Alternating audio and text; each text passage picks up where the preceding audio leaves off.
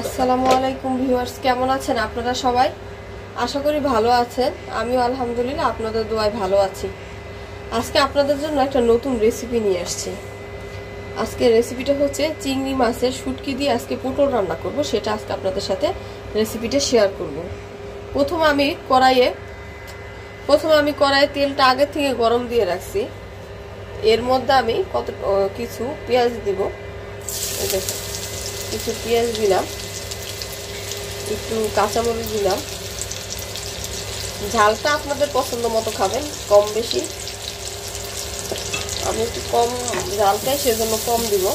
আর যারা বেশি খান তারা বেশি দিবেন, এটা আপনাদের স্বাদ মতো দিবেন। এখন পেঁয়াজটা কিছুক্ষণ আমি ভাজবো। মোটামুটি আমার পেঁয়াজটা ভাজা হয়েছে, এর চেয়ে বেশি ভাজবেন না, হালকা ভাজা দিলেই হবে। এরপর কি করব, একটু পানি দিব। পেঁয়াজ পুড়ে যাতে না যায় সেই জন্য একটু পানি দিতে হবে। এরপর যা করব, আদা রসুন বাটা দিব 1 চামচ, 2 চামচের মতো আদা রসুন, বা 1.5 চামচ দিবেন, আমার চামচ ছোট।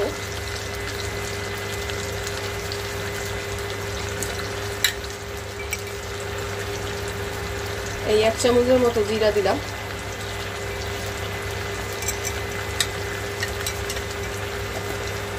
জিরার গুঁড়ো 1 চামচ। পরিমাণ মতো লবণ দিবেন আপনাদের স্বাদ মতো। এরপরে যে চিংড়ি মাছ, এই যে চিংড়ি মাছের শুটকি আমি আগে থেকে ধুয়ে রাখছি, ওইটা এই পর্যায়ে দিয়ে দিব।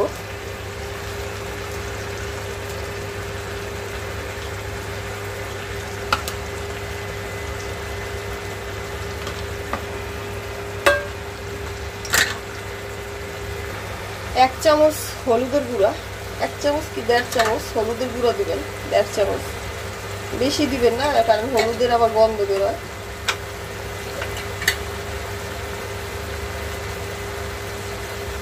হাফ চামচ মরিচের গুঁড়া, যেহেতু আমি আগে থেকেই কাঁচা মরিচ দিছি সেই জন্য হাফ চামচ দিলাম মরিচের গুঁড়া। এরপর এইটা ভালোভাবে আমি মশলাটাকে কষাবো।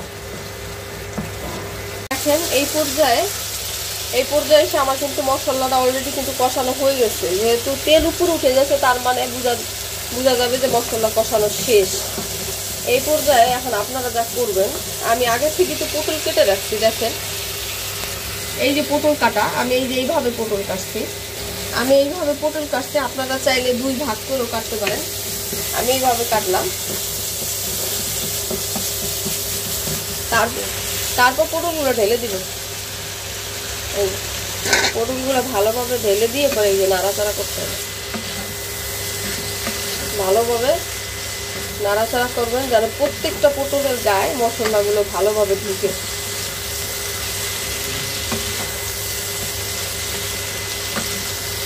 আমি কিছুক্ষণ পানি না দিয়ে পটল দিয়ে মশলাটাকে একটু কষাইলাম।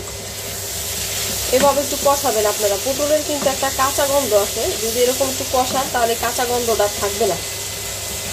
এই পর্যায়ে এই যে আমার ঝোলও প্রায় শুকিয়ে গেছে। এখন এই পর্যায়ে এসে আমি একটু পানি অ্যাড করবো ওই জায়গায়।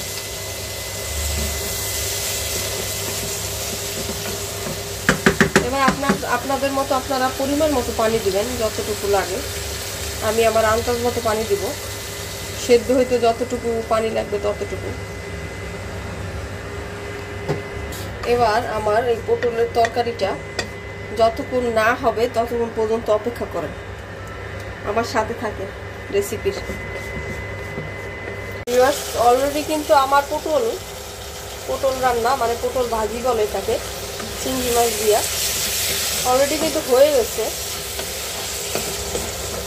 আমি আর বেশি একটা ঝোল টানাবো না, এরকম একটু মাখা মাখা থাকবে। এই পর্যায়ে এসে আমি প্রায় রান্না শেষ করবো এখানে। এরকম ভিডিও যদি আপনাদের ভালো লাগে আর রেসিপি যদি ভালো লাগে, আপনাদের কাছে আমার রিকোয়েস্ট, বেশি বেশি লাইক শেয়ার দেন। আপনারা একটু বেশি বেশি শেয়ার দেন। আপনারা যদি শেয়ার দেন তাহলে ভিডিওটা অনেক দূর পর্যন্ত আগানো যাবে। তো আপনাদের কাছে এইটাই আমার অনুরোধ। আপনারা সুস্থ থাকবেন, ভালো থাকবেন, এই কামনা করে আজকের মতো রেসিপি এখানে শেষ করছি। আসসালামু আলাইকুম।